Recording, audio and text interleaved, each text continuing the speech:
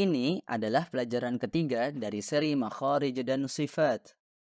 Dalam pelajaran kedua, kita sudah membahas tentang area artikulasi kedua, yaitu tenggorokan atau yang disebut al-halq. Tenggorokan memiliki 3 titik artikulasi. Titik terjauh yaitu ada huruf hamzah dan ha. Keduanya telah kita bahas di video sebelumnya. Sekarang kita memiliki titik tengah, ha dan ain, dan titik terdekat, gha dan kha. Fokus utama kita hari ini adalah titik tengah artikulasi. Dari area ini, kita mengeluarkan 2 huruf, yaitu ha dan ain. Seperti yang sudah kita ketahui, ha dan ain berasal dari bagian tengah tenggorokan.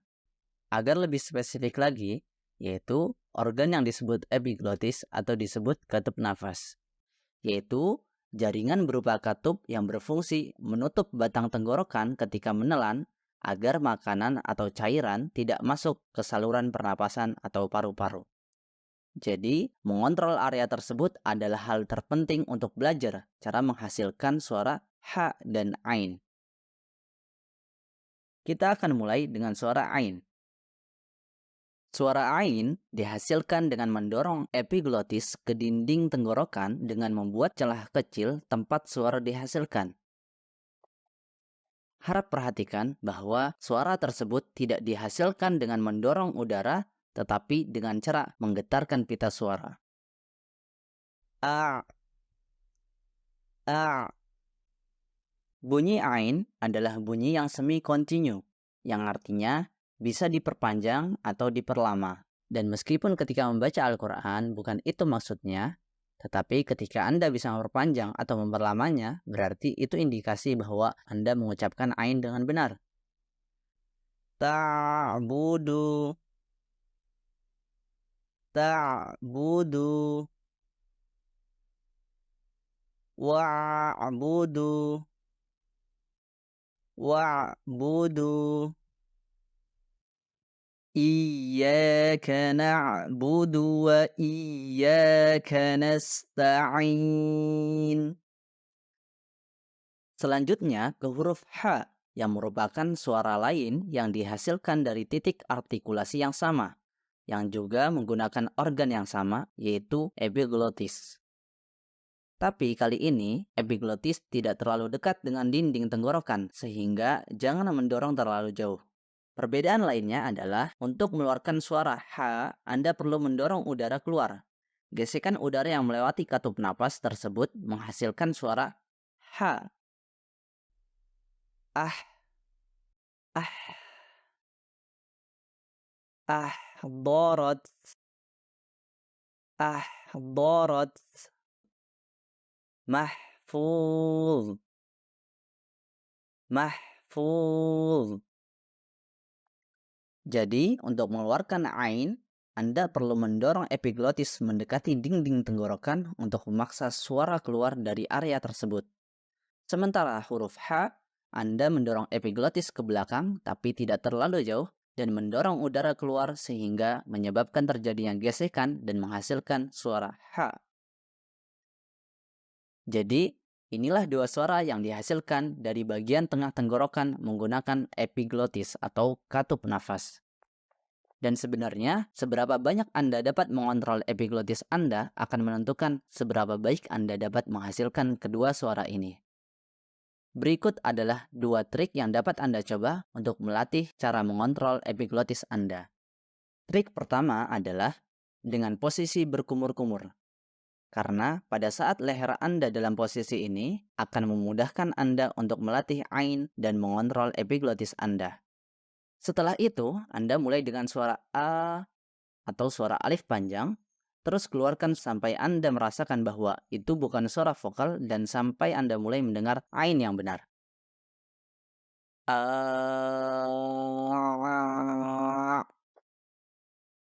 Kemudian, trik lain untuk mencoba melatih huruf ain dan ha adalah dengan berbaring terlentang dan melatih kedua suara ini.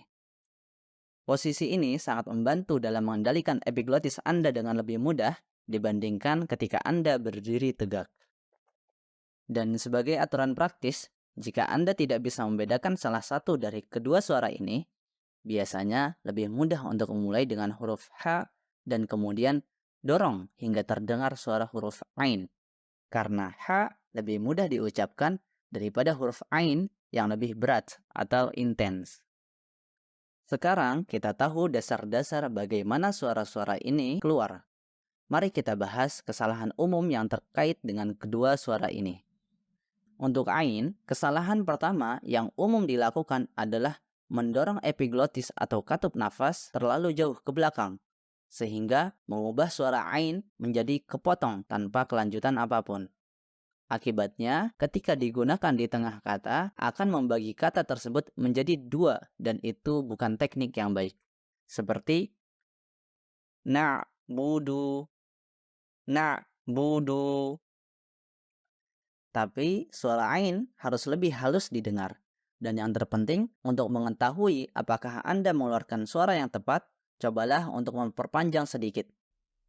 A, na'budu.